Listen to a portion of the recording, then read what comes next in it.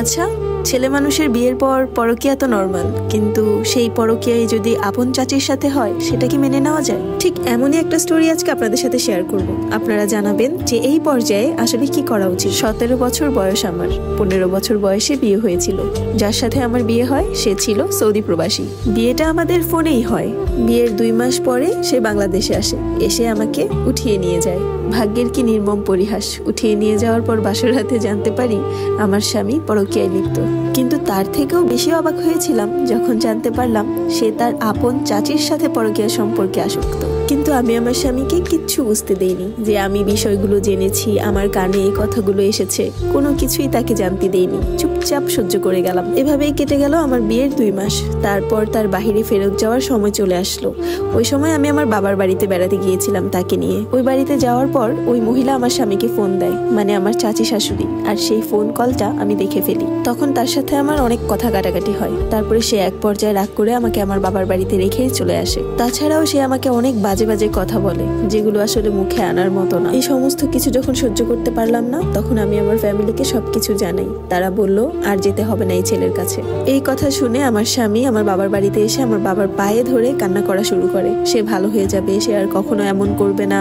আর আমি বোকামে তার চোখের পানি দেখে গলে গেলাম। তাকে ক্ষমা করে তার সাথে তার বাড়িতে গেলাম। ভেবেছিলাম এই বুঝি সব ঠিক হয়ে গেল, কিন্তু কই, ঠিক তো হলো না। সে আমাকে বাড়িতে তো ঠিকই আনলো, কিন্তু ভালো ব্যবহার করলো না। অনেক অবহেলা করতো, কথা বলতো না ভালো মতো। কিছুদিন পর সে চলে যায় বাহিরে, কিন্তু আমার আর ভালো থাকা হলো না। ভালো থাকবোই বা কিভাবে? আমার যা ভাসুর, শ্বশুর, ননাস, এরা কেউই ভালো ছিল না। কিভাবে ভালো থাকবে? যার স্বামী তাকে মূল্য দেয় না, সেই মেয়েকে পৃথিবীর কেউই মূল্য দেয় না। দিন রাত শ্বশুর বাড়িতে কুকুরের মতো কাজ করেছি। হঠাৎ জানতে পারি আমি মা হতে চলেছি। অনেক খুশি ছিলাম, অনেক অসুস্থ হয়ে পড়ছিলাম, কারণ দিন রাত ওই বাড়িতে কাজ করতে করতে জীবনটা প্রায় যায় যায় অবস্থায় ছিল। চলে আসলাম আমি আমার বাবার বাড়িতে। বাবার বাড়িতে আসার পর আমার কলিজার টুকরা বাচ্চাটা আর রইল না। ওই যে শ্বশুর বাড়িতে দিন রাত কাজ করে করে নিজের প্রতি অবহেলা করে নিজের বাচ্চাটাকে বাঁচাতে পারলাম না। বাবার বাড়িতে যখন অসুস্থ হয়ে পড়েছিলাম, ঠিক ওই সময় আমার শ্বশুর আমাকে জোর করে এসে তাদের বাড়িতে নিয়ে যায়। শরীরের অবস্থা ভালো ছিল না, তাও সেই বাসায় যেতে হয় আমাকে। ওই অবস্থায় ঘরের সব কাজ করতে হতো, নীরবে চোখের পানি ফেলতাম।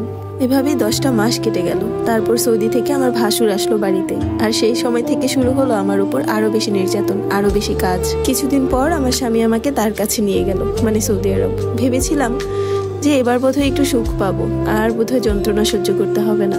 কিন্তু কই আর মেয়েদের কপালে সুখ থাকে বলেন? কিন্তু বিদেশের মাটিতেও আমার স্বামী আমাকে প্রচুর মারধর করত, তার পরিবারের কথা শুনে। এভাবেই কেটে গেল 3টা মাস। নির্যাতন সহ্য করতে করতে এক পর্যায়ে আমি বাংলাদেশে আসি। এয়ারপোর্ট থেকেই তার বাড়িতে চলে যাই। আমাকে আমার বাবার বাড়িতেও আসতে দেয় না। অনেক কান্নাকাটি করে হাতে পায়ে ধরে তারপর বাবার বাড়িতে একটু এসেছিলাম। 6 দিন না থাকতেই বাপের বাড়ি থেকে জোর করে নিয়ে আসে আমার শ্বশুর বাড়িতে আমার জামাই। এভাবেই কেটে যায় 2টা মাস। হঠাৎ করে শুনি আমার আম্মু অনেক অসুস্থ, কিন্তু আমার শ্বশুর বাড়ির লোকজন আমাকে আসতে দেয় না। অনেক কান্নাকাটি করি। আমার মামা যখন আমাকে আনতে যায়, তখন আমার শ্বশুর বাড়ির লোকজন, আমার স্বামী মিলে তাকে অনেক অপমান করে দেয়, অনেক উল্টাপাল্টা কথা বলে। এরা এতটা অত্যাচার করতো আমার উপরে। আর সবচেয়ে বেশি কষ্টের বিষয় হলো আমার দাদা দাদি, আমার চাচারাও এর সাথে মিলে থাকতো, মানে আমার নামে উল্টাপাল্টা কথা বলতো, কারণ তারা ছিল আমার বাবার সৎ মা এবং সৎ ভাই। আমার বাবাকেও অনেক অত্যাচার করেছে একটা সময়। এখন আমার উপরে এসেছে তাদের নজর। যাই হোক, তারপরে অনেক কান্নাকাটি করে আমি আমার স্বামীর কাছ থেকে এক কাপড়ে আমি আমার বাবার বাড়িতে চলে আসি। এসে সবকিছু তাদের কাছে বলি। এখন আর আমি আমার স্বামীর বাড়িতে যাব না। হয়তো বা কিছুদিন পরে তাকে ডিভোর্স দিয়ে দিব, এবং আমাকে মারধর করার জন্য আমার বাবা তার উপরে মামলাও করবে। আচ্ছা, মেয়েদের জীবনটা এমন কেন? তাদের জীবনে এত দুঃখ কেন থাকে? হ্যালো, আসসালামু আলাইকুম। এই স্টোরিটা যে আপু আমাকে সেন্ড করেছে, সেই আপুটা ঠিক এইভাবেই লিখে পাঠিয়েছে যেভাবে আপনাদের সামনে তুলে ধরেছি।